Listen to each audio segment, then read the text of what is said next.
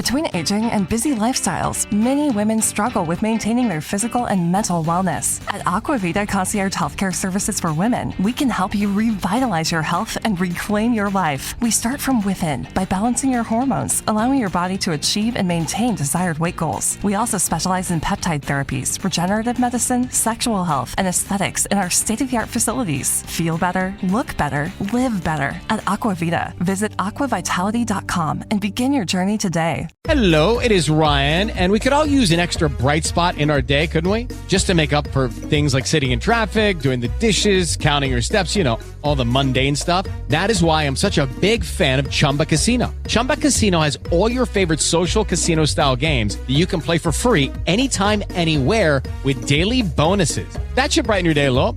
Actually, a lot. So sign up now at ChumbaCasino.com. That's ChumbaCasino.com. No purchase necessary. VGW Group. Void where prohibited by law. See terms and conditions. 18+.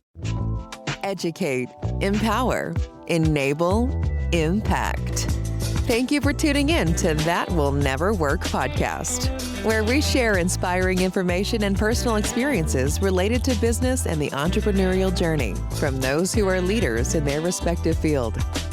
Now, here is your host, author and business coach, Maurice. Thank you very much for coming on today. Listen, I have someone that I'm really excited to talk to today because there's a passion for what I'm doing. He does the exact same thing. And, I've been trying to get each and every one of you to start your own podcast, right?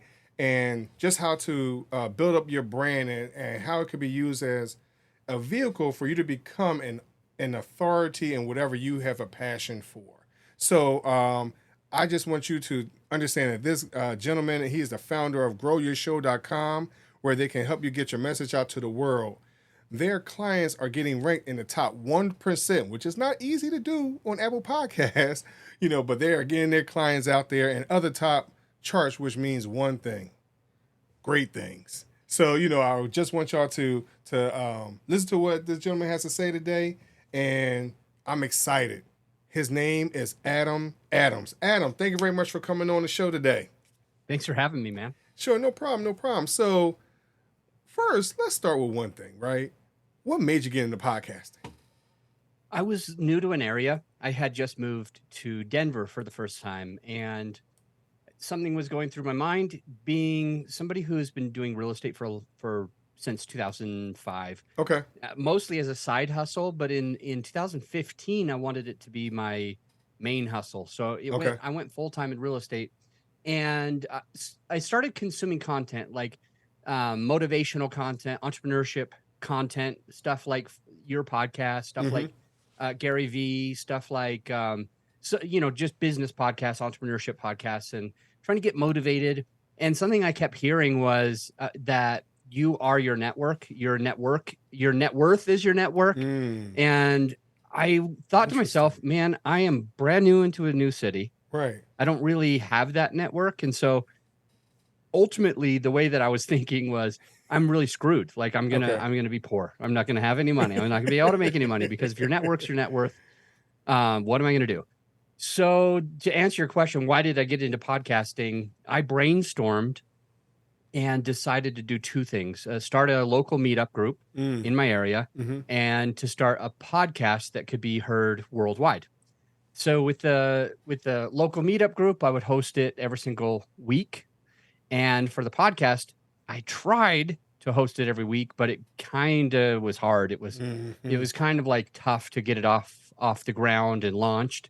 But my goal was every single week, and that would help me to be able to connect with people from other cities, other states within the U.S. that were doing real estate. It would help me to be able to connect with other higher up people within my space.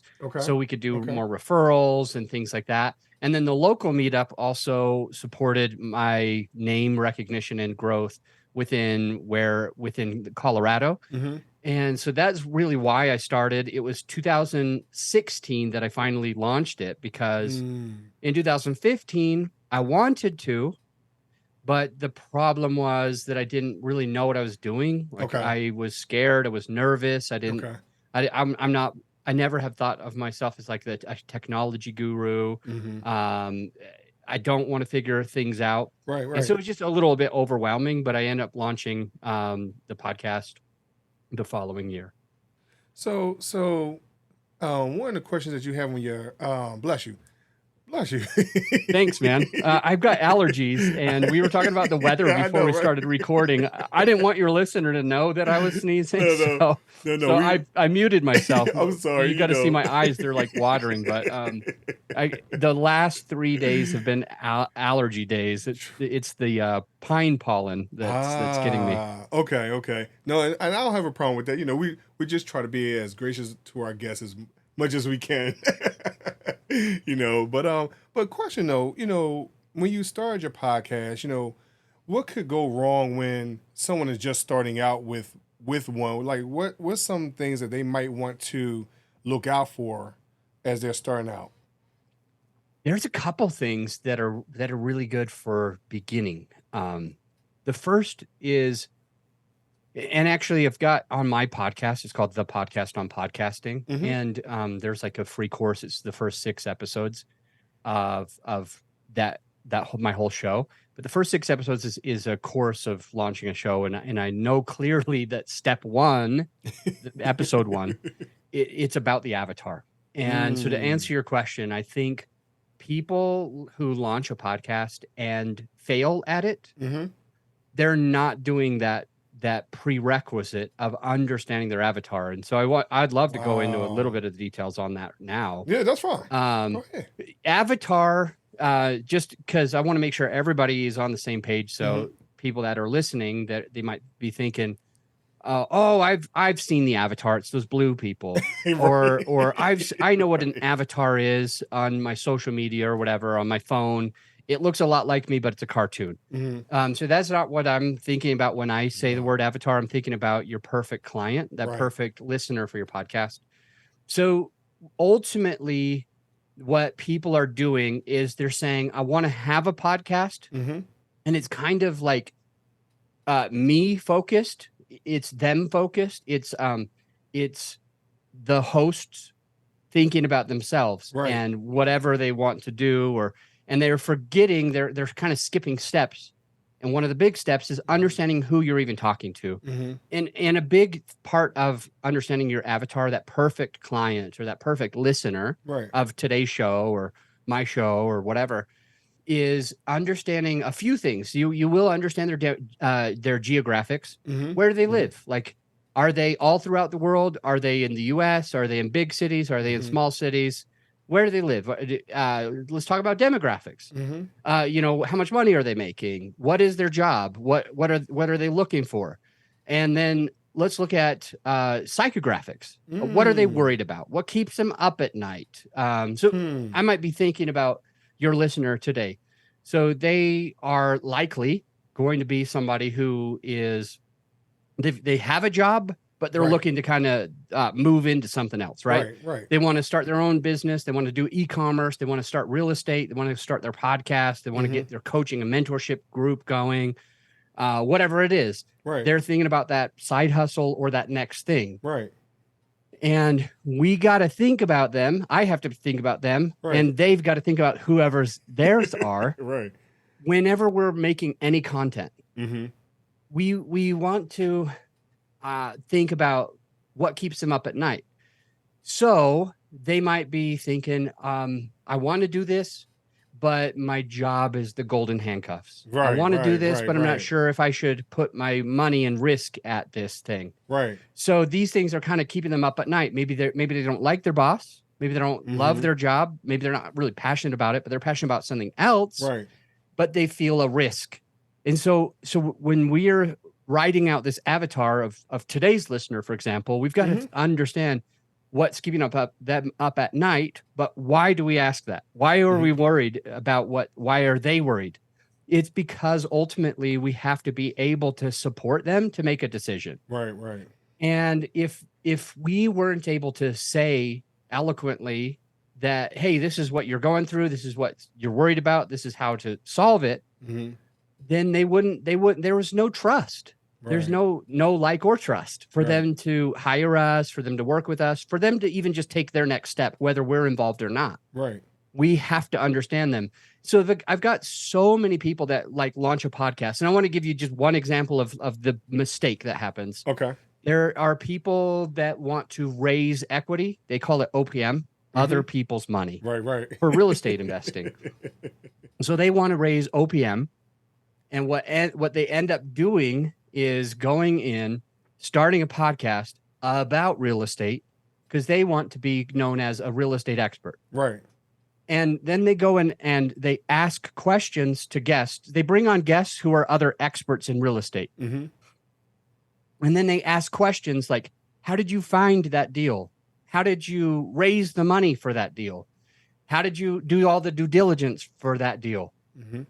And these are things that operators need to know, not passive investors. Mm-hmm. So they think to themselves, I'm going to just start this podcast, but I don't know who my avatar is yet. Right. They'll think I want to raise equity from passive investors, but they'll title the whole podcast itself wrong. They'll use the wrong colors. They will ask the wrong questions. They'll have the wrong guests. They'll have the wrong content. They're teaching people how to do their business. They're not teaching people how to be passive. So the people that they should be bringing on as guests are other passive investors. And they should ask, hey, what made you get into your first passive investment? Hey, how did your first passive investment go? Hey, did you retired because of doing all this passive investing? Right. And so now the other passive investors, they're coming to the perfect content for them. Those people need to stop asking, how do you find a deal? And they need to start asking, how do you vet the operators that you work with? How do you know that your operator is in a good market? How do you know this? Those are the things that they need to be doing. So absolute step 0 or 1, understanding the avatar all the way around. Right. That's a big thing. And I'll just say one other, and it's quick. Sure. It's the ready, fire, aim mentality. And it's not that that's a horrible idea to just get something started, to just step out of your comfort zone and make it happen. It's not a horrible idea to say done is better than perfect. However, when it comes to podcasting, it is a better idea to go ready, aim, fire than it is to go ready, fire, aim.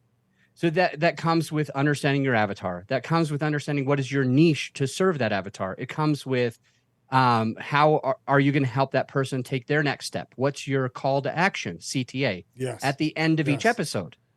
Because you understand, A, your avatar intimately, geographics, demographics, and psychographics. Right. And B, you understand how you serve them differently than other people. And if we can say a bonus, it is that you got to draw your line in the sand. You got to draw your line in the sand. And that what that means is you've got to be able to say, once you have a niche, once you do something differently, you got to have a reason why you do that differently. So, for example, going back to the meetup group that I started a long time ago, we would meet every week. You remember I said that? Yes. We would meet weekly. Yep. Well, I would draw my line in the sand when I would talk about why did we meet weekly, rather than just meeting weekly and saying, hey, we're another meetup group. Right. And we meet every week. It's, hey, it takes you 6 to 13 times to meet somebody before you trust them enough to do business with you, before they trust you. So if you go to other meetups, great. Right. I'm happy for you. I think there's nothing wrong with that. At this meetup, it can help you because everybody that's in here, raise your hand. We all come every single week. That means in 6 weeks from now, you're probably doing business with another person in this room. Right. When you go to those other meetup groups, on the drawing a line in the sand, on that side of the line is you're going to take a half a year to over a year just to do a deal with somebody in this room. Right. On this side of the line, you're going to be doing deals with this person in a month or two. So you got to draw that line. You got to say, why are you different? You got to be different. Right. You got to know your niche, but then you got to be able to eloquently say, on that side is the bad deal, and on this side is the good deal, and here's why. So one of the things that and you've given us a lot to take in, right? But for yourself, what have you noticed for yourself that you might have done wrong in creating your podcast? Just one thing, because all of us have one situation, right? So like for me today, I had a technical, situation, right? So just one thing that you've learned in podcasting that you've had to, you might have done it wrong, but how you've grown from that. Well, with my first podcast, the first thing that I did wrong was understanding my avatar better. Mm-hmm. So that person that I told you, I've seen a lot of people make this mistake. I made that mistake with my first podcast. Ah, okay. So, for example, I also wanted to attract passive investors. Mm-hmm. This is another way to say this is high net worth individuals, rich people. Right. I wanted to attract people who don't have any time to do their own real estate deals, but they have too much money sitting there doing nothing. Okay. And my goal was to attract them. And my expertise was creative real estate. But here's how I made this mistake. I called it the Creative Real Estate Podcast. And what that does is specifically attracts the poorest of people. Oh, this is awesome. He can teach me how I can still get involved even if I don't have money. My passive investor isn't going to be like, oh, goody, I can learn how to creatively do something. Right. No, I don't want to do shiz. All I want to do is just put my money with somebody who knows what they're doing. Right. And so I was attracting a totally wrong avatar.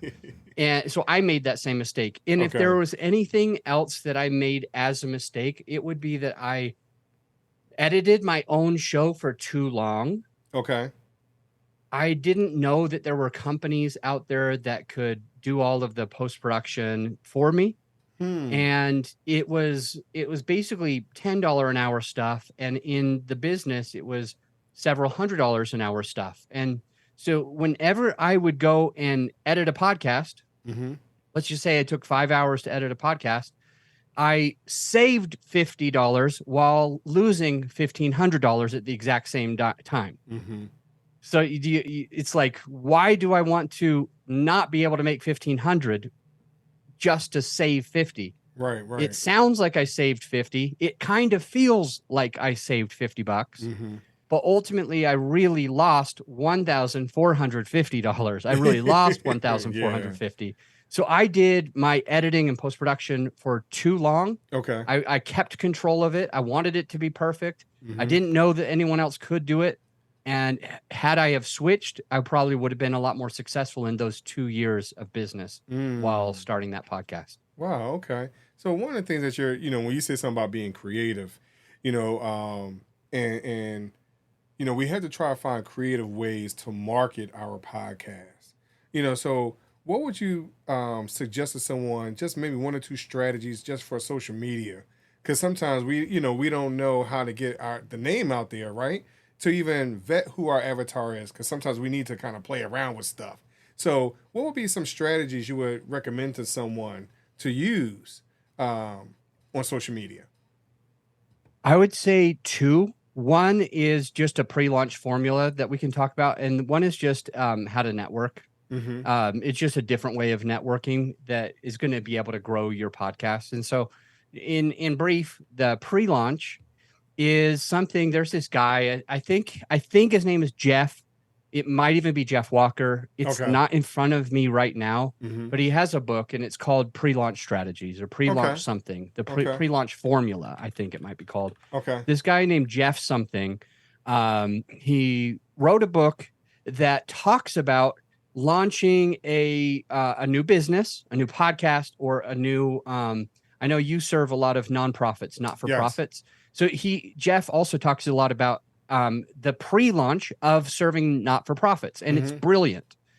Ultimately, what he uses on social media and things like that is by going and finding your perfect people. So within the pre-launch, I'm not going to be able to tell you his entire book right now, but I'll give you a couple tips. One thing is that you want to reach out to your perfect avatar. So earlier when we talked about that avatar, it's generally a person. For you, they might be 25 years old, 35 or 45 or 55 years old for your person, right? And you got this person. It might be a man, might be a woman. Who knows? But let's just say it's a woman listening. and let's say she's 35. We're gonna actually know this person. We are going to have worked with this person. We are going to love working with this person. We are going to say this person is a perfect person. Right. So ultimately, we want to continue to serve her. And in the pre-launch, you're going to actually interview her. Right. You're going to let her know, hey, I'm starting a podcast. What would you ask? What would you want to know? What would you have wanted to know when you started? What are you still struggling with? What are you worried about? What goes through your mind? What keeps you up at night? Right. Remember, like we can go through the geographics, demographics, and psychographics. How much money do you make? How much money would you spend on something like this? How would I get your attention? Where would I get your attention? So we start there by asking our avatar. And if possible, as many of people that are as close as our avatar as possible. So we're going to get to know that. Here's one of the reasons why that's important. A, it's feasibility. It just lets us know if we should be launching our podcast or not. But B, it arms us with the information that our avatar needs to know. It arms us with that information because we're asking our person, each person. And then it's going to allow us to be able to the last part of the same thing is that it's going to have them being on our side. With Lucky Land Slots, you can get lucky just about anywhere. Dearly beloved, we are gathered here today to... Has anyone seen the bride and groom? Sorry, we're here. We were getting lucky in the limo and we lost track of time. No, Lucky Land Casino, with cash prizes that add up quicker than a guest registry. In that case, I pronounce you lucky. Play for free at LuckyLandSlots.com. Daily bonuses are waiting. No purchase necessary. Void where prohibited by law. 18+. Terms and conditions apply. See website for details. When that person feels like they're part of our podcast journey, they feel like they own the podcast. Right, it is a subliminal, like psychological thing where when they're investing in the podcast by supporting you in the beginning, they're more likely to be your advocate later by telling their friends and by listening because you're specifically creating something exactly for them. Right. Right. And so also part of the pre-launch is on social media. I've got two things that we do with every client that launches a podcast with us. Two things. Every single client that's launching makes a post on social that asks about the title of the podcast. And it goes something like this. Let's just pretend it's your podcast. We're gonna take Maurice's podcast now. And maybe you already knew I am sold on the title That Will Never Work. I'm sold on it. I Adam, you might even say if you were my client, Adam, I don't need to post this on social because I already know what I want it to be called. Right. I don't give a shiz. That's not the part of it. That doesn't matter. What is going to happen is we need to get more of those people to be behind you. More of the people in your corner. Right. So you will say, I've just finally decided to launch a podcast and I'm excited about it, or I'm nervous about it, whatever's true. I finally decided. I put it off for this long. I've been wanting to do this for years. I've been wanting to do this for months. Right. And right now I need a favor. What you're doing on your social is you're asking for advice. Human beings, human psychologies cannot avoid offering their opinion. You're right. So if you ask for advice, if you ask for an opinion, if you need help, your person on social, they're going to be right behind you. They're going to want to support you. They're going to want to look smart on there. They're going to want to help you. Right. But they can't avoid it. So in this one, you say, my avatar is, and then you put this person. They are 35 years old. It's a woman. And then you list. She makes this much money. She's worried about this. She's trying to start a business. And so you'll mention my perfect person that I'm trying to attract is similar to this. This is what they're going through. This is what keeps them up at night. Right. And here's my ideas. I was thinking it could be That Will Never Work. And then you throw out a few other ideas that you have had or your friends have had. And then you just post it on there. And what's going to end up happening is those two things. The first one is that people that see it cannot resist to not help you. Those people who do end up posting on there feel like they're part of the growth. They take ownership. But here's the most remarkable part of this pre-launch, asking about the title of the podcast. That the Facebook algorithm or the LinkedIn algorithm, when you're asking for the engagement and it starts to get some social proof, like people start answering, then what it does is instead of going in front of just a couple of people that will ever see it, it'll go in front of a lot more of the people that follow you because social says, oh, wow, this is getting engagement. Right. They're basically split testing you against somebody else who didn't ask these questions, who didn't ask for opinions. So on the same day, they're going to stop showing the other people's post and they're going to start showing yours. And so more people will add their comments, which adds up growing what's called the social proof, which makes us think when we see it, oh, I've got to be part of that too. Yeah. And that just continues to grow it. And Facebook or LinkedIn continues to say, damn, I've got to put this in front of more people because everyone seems to be commenting. So you'll ask the title. You'll ask for the title. You ask for help. The second post just asks for the artwork. So basically you say, hey, thank you. It'll be a post where it's like, thank you for your help. I've decided to go with That Will Never Work. That's my new podcast name. A lot of people liked that. I'm going to go with it. And now I had a couple of teams, let's say on Fiverr or Grow Your Show or whatever teams, create some artwork that could be for the podcast. Here's 4 options for That Will Never Work podcast. What do you like? And now they're going to jump in. Everything that happened in the first post happens in the second post. This is a great way to get more eyeballs and earballs behind your podcast. So that's the first thing. It's a pre-launch. Okay. The second thing is just networking. And so what I mean by this is to on your podcast, you want to interview other people, you want to meet other people. And so where you and I met, there's Podmatch, there's Podbooker, there is Facebook groups where it's just a group of different podcasters, maybe looking for hosts or looking for co-hosts or looking for interview guests or whatever. So you can go and network in there. And I would suggest that you would offer feedback there. And the last place with networking is going into the places for whatever your podcast is about. For me, I podcast about podcasting. So it's real easy. I just go to the one place. For you, you're helping entrepreneurs. Yes. Yep. And so you might do some stuff in the podcasting places to get more people knowing what you do, and then they can put you on their show. And you're already doing that. And you could also go to entrepreneur groups and you could see who's just started their first business, how it's going. You could interview them. You could interview people that are about to launch a business, and we could talk about what they're worried about, and you could coach them for free on the podcast. And then they would get that value, and your perfect listener would say, wow, Maurice crushes it at this. I should hire him, So there's just a few ways to kind of grow the name brand for free that I think work really, really well.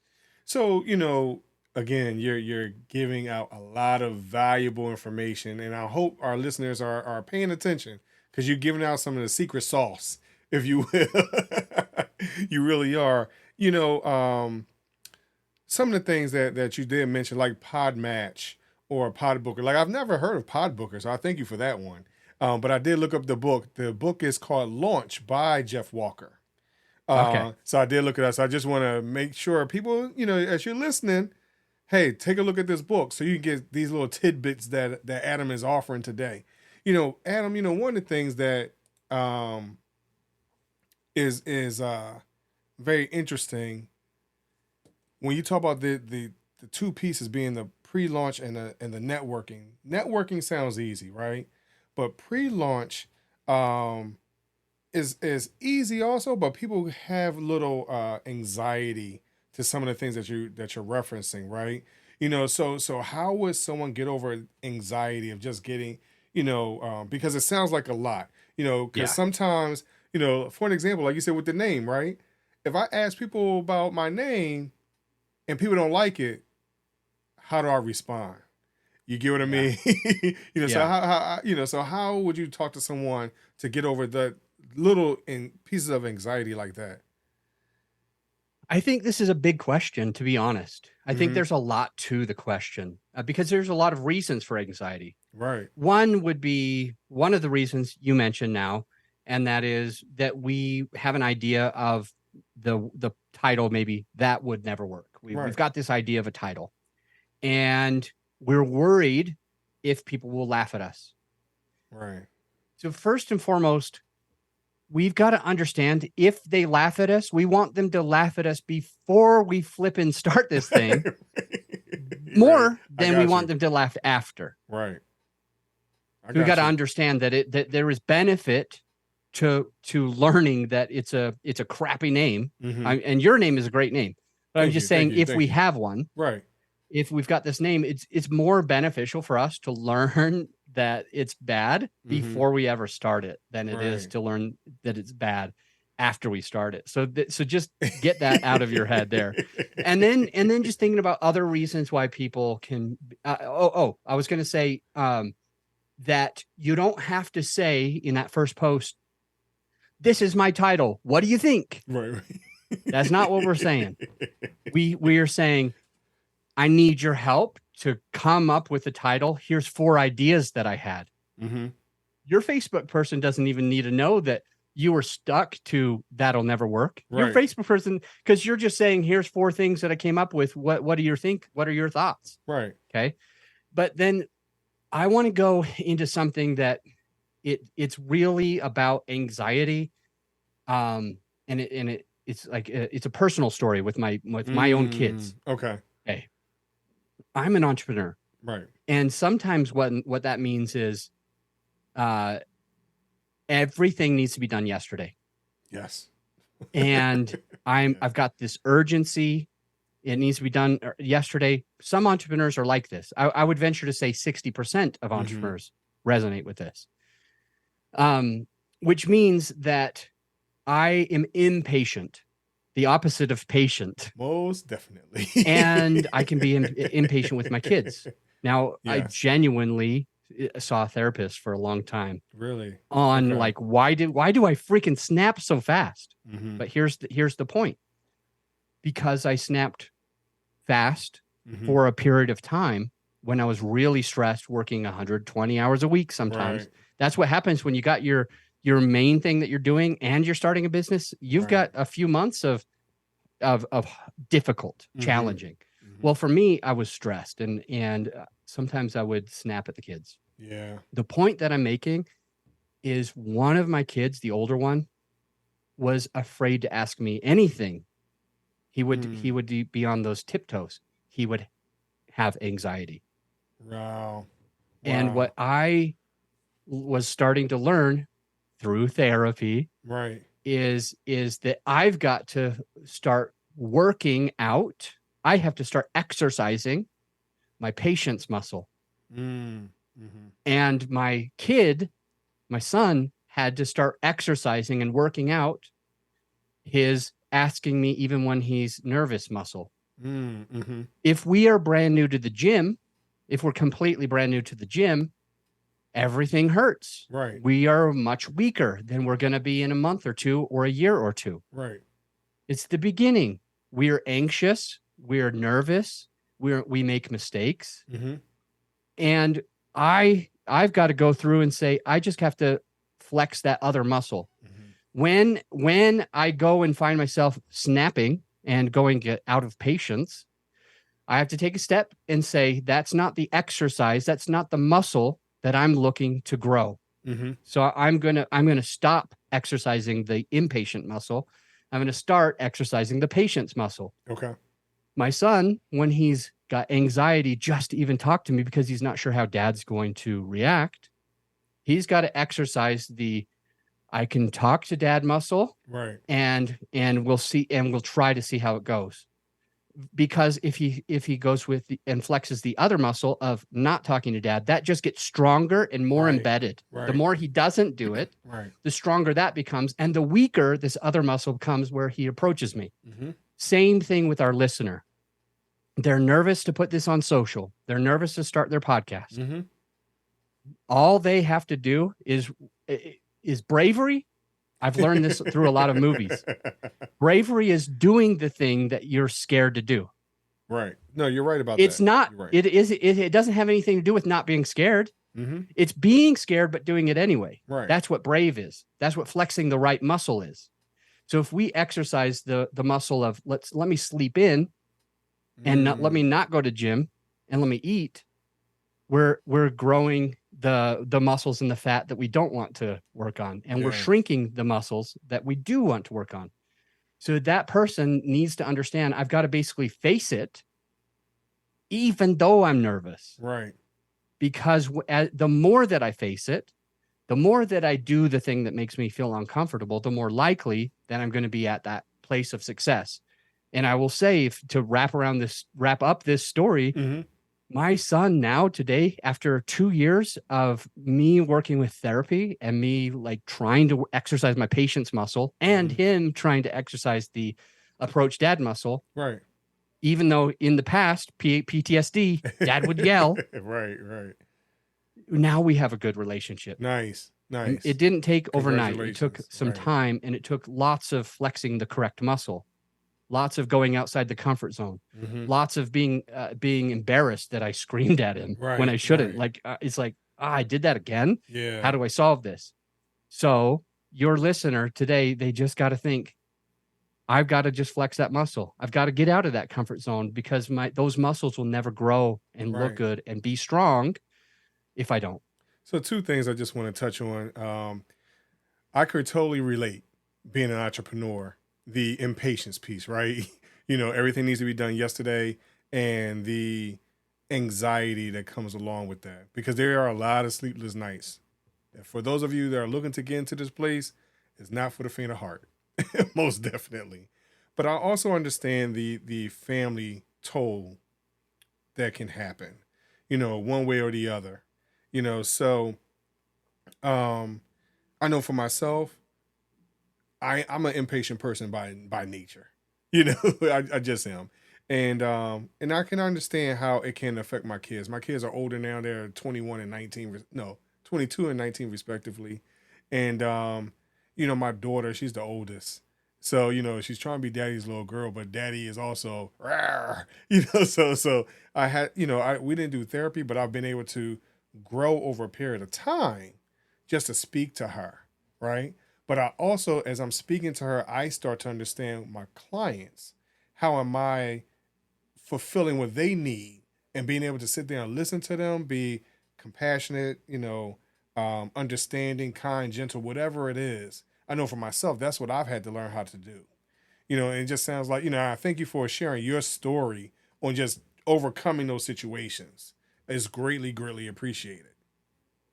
My pleasure. It's greatly appreciated. So, before I let you go, because normally our show is about 20 minutes, but you've given so much information that I can't let it go. I can't let it go. But here's the thing, though. Every guest I have on, I ask them my would you rather question, right? Would you rather choose 3 doors or a fork in the road? What does that mean?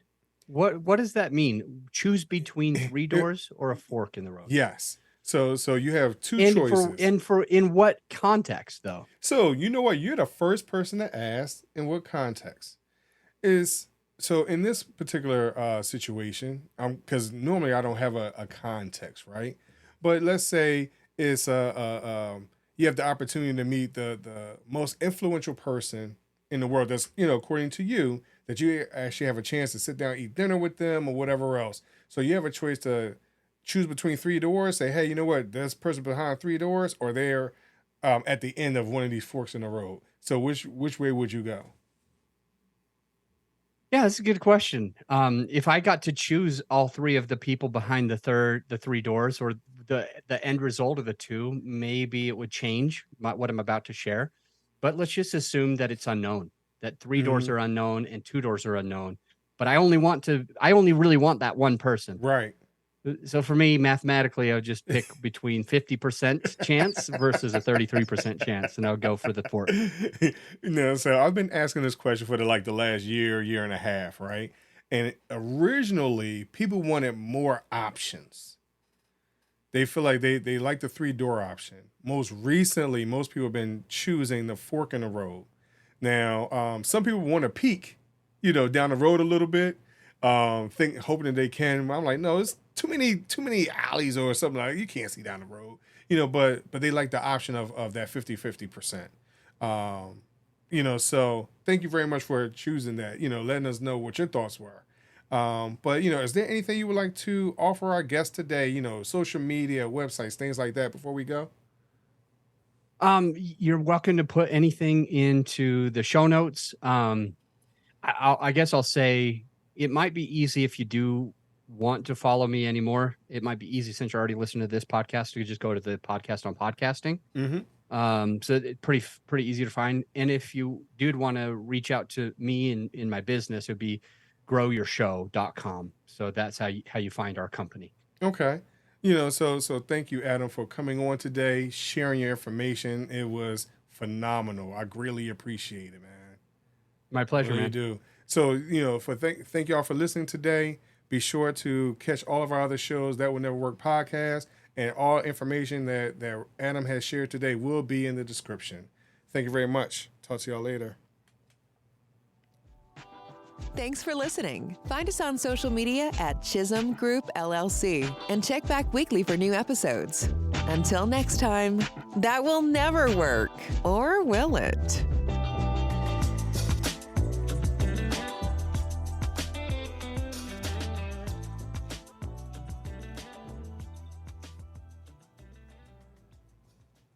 Hello, it is Ryan, and I was on a flight the other day playing one of my favorite social spin slot games on ChumbaCasino.com. I looked over at the person sitting next to me, and you know what they were doing?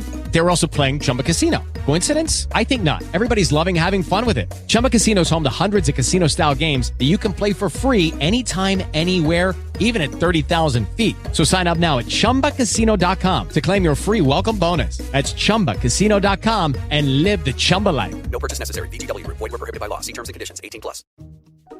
Wells Fargo presents one of the surest ways to grow your money.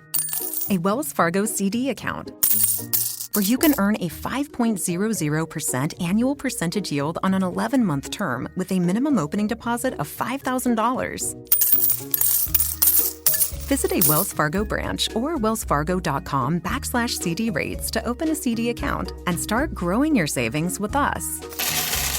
Wells Fargo Bank, N.A., member FDIC.